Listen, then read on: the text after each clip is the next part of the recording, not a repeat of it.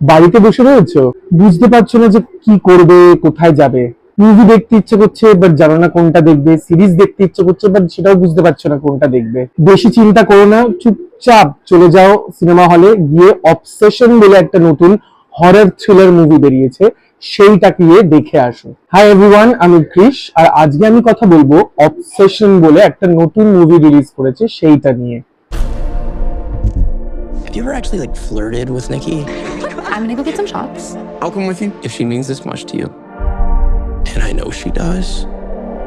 Say, Nikki, I think we should grab a drink sometime. Nikki, wait. I was gonna ask you. What? I lost my train of thought. Hi. Good night. What else? Personally আমি horror movie দেখতে প্রচন্ড ভালোবাসি। আর যদি এরকম কোনো horror movie দেখি যে, বা ভয়ের সিনেমা দেখি যেটা দেখে আমার মনে হলো যে না ঠিক জমছে না বা ভয় লাগলো না, তাহলে খুব ডিসঅ্যাপয়েন্টিং লাগে, সিরিয়াসলি বলছি। রিসেন্টলিও আমি কিছু এরকম মুভি দেখেছি যেগুলো দেখে আমার ভয় সেরকম বলে কিছু লাগেনি, কিন্তু আমি আজকে এমন একটা সিনেমা দেখলাম যেটা দেখে আমার লিটারেলি গায়ে কাঁটা দিয়েছে, যেটা দেখে লিটারেলি আমি প্রচন্ড একটা থ্রিলিং ব্যাপার, একটা হরর ব্যাপারটাকে ফিল করতে পেরেছি। আর সেই মুভিটার নাম হলো অবসেশন।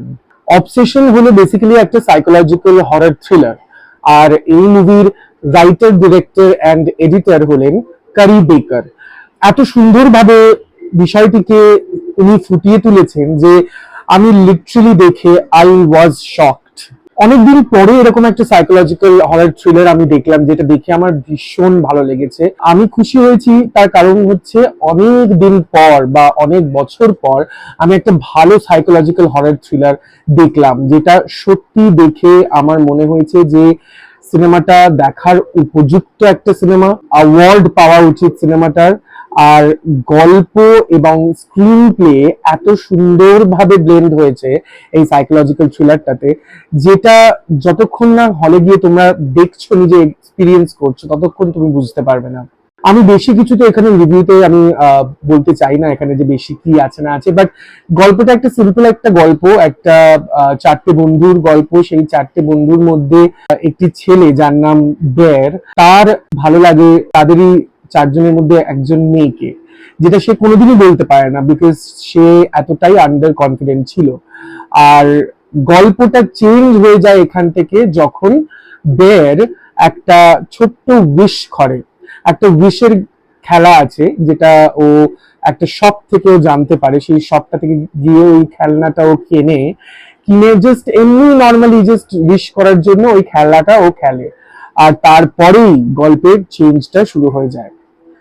অবসেশন নামটা যে দেওয়া হয়েছে সেটা একদম perfect.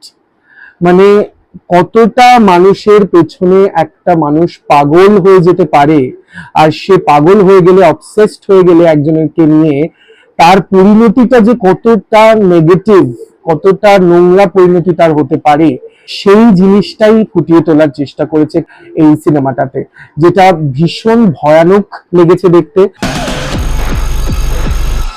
Like what? Is she okay? No. Jeez, what kind of spells you put on her?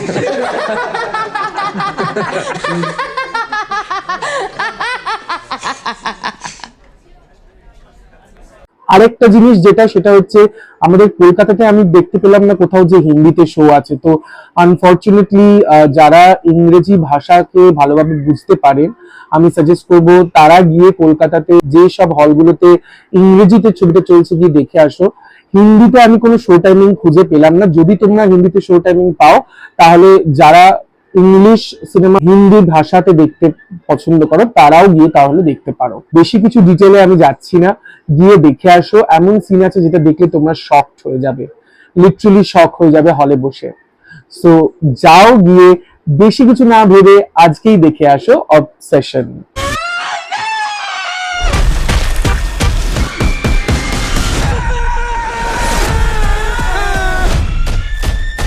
Nikki?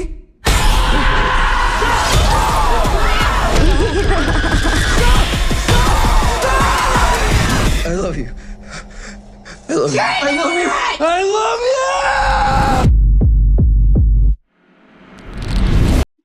আজকের রিভিউটা ভালো লাগলে প্লিজ লাইক, শেয়ার, কমেন্ট করে দিও আর একটু সাবস্ক্রাইব করে দিও চ্যানেলটা। Thank you.